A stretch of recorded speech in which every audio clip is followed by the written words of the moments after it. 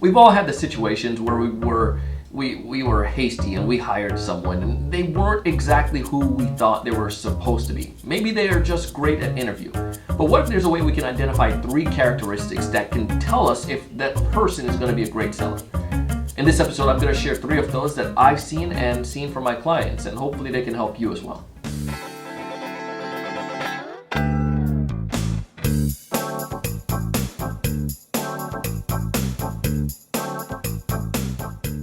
Hey everyone, welcome to another great episode of the Sales Evangelist podcast here on TSC TV on YouTube.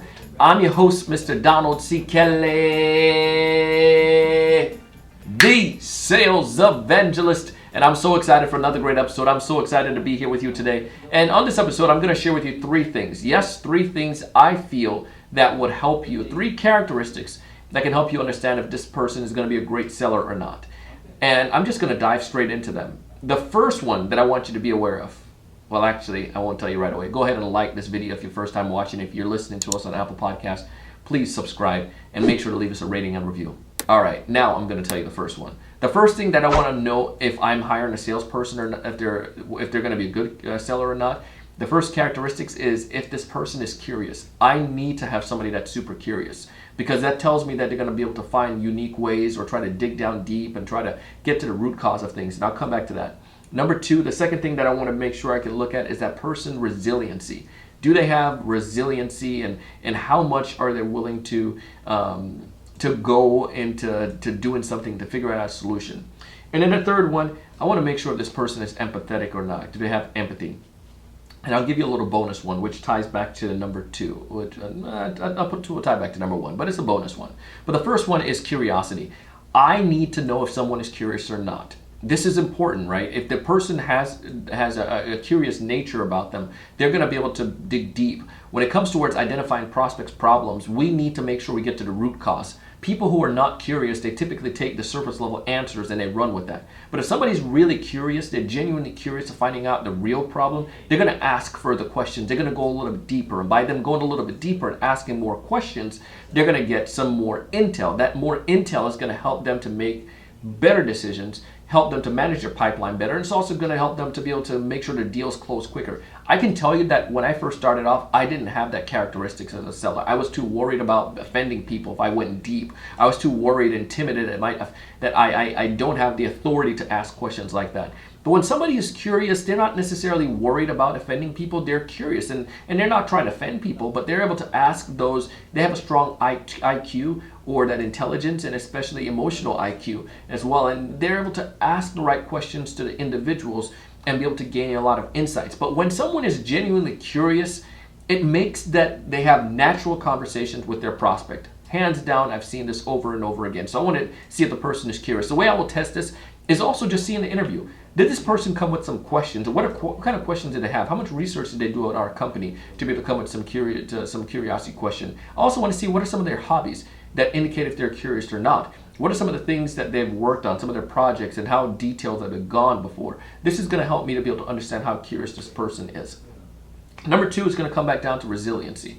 I want to find somebody that's going to be resilient, somebody who's not going to give up easy. I have an intern in my office, and when I asked him, I said, what do you think one of the characteristics is? And he says, somebody that's persistent. And I could not agree with him more. If somebody is resilient, if they're persistent, if they have that continual drive to keep going, no matter even in any type of difficulty or any type of troubles or anguish or challenge, that shows that the person is good. And as a seller, you're going to need to have, as he said, thick skin. Big shout out to Junior. But if you don't have thick skin, if you don't have that resiliency, if you don't have that persistency to continue to go even in the face of what seems to be difficult obstacles, then we can't keep you around, because this game, this world, this career of a sales professional, you're going to have that. You're going to have people who put you on an emotional roller coaster. You're going to have people who strum you out. You're going to have people who don't answer. And studies show that the average sales process takes anywhere from that 6 sometimes to that 12 touches.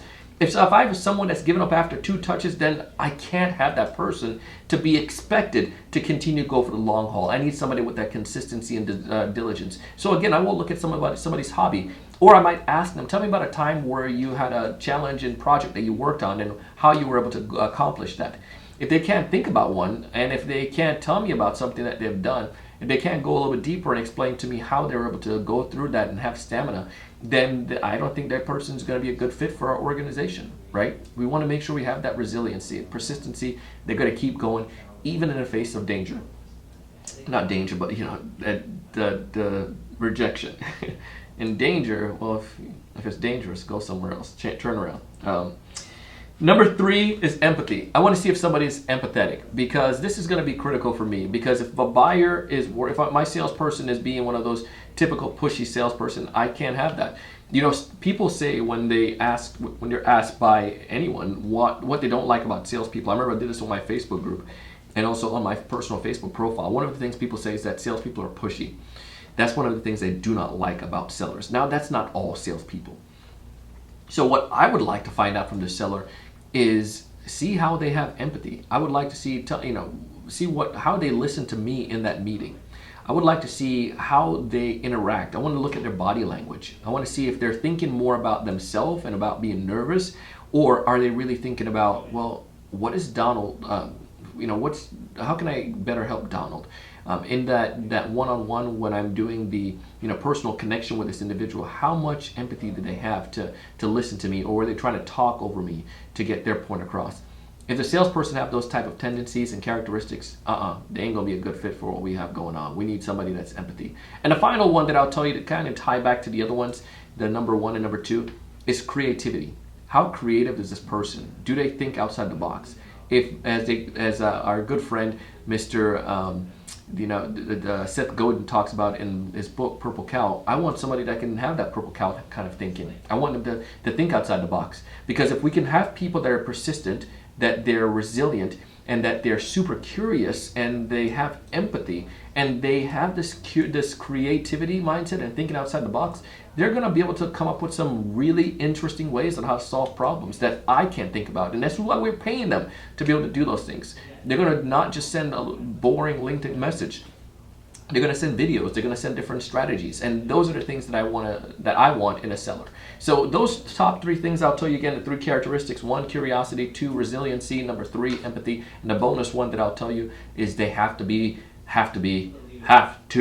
have that creative mindset and have that creativity going on. Hope that's able to help you as you're looking at hiring new salespeople, and as you're looking to land your first sales job or get into a new sales role. Sure, you can exemplify those things, and I pray that that will help you as it has helped me. As always, I share stuff like this because I want you to succeed. I want you to thrive.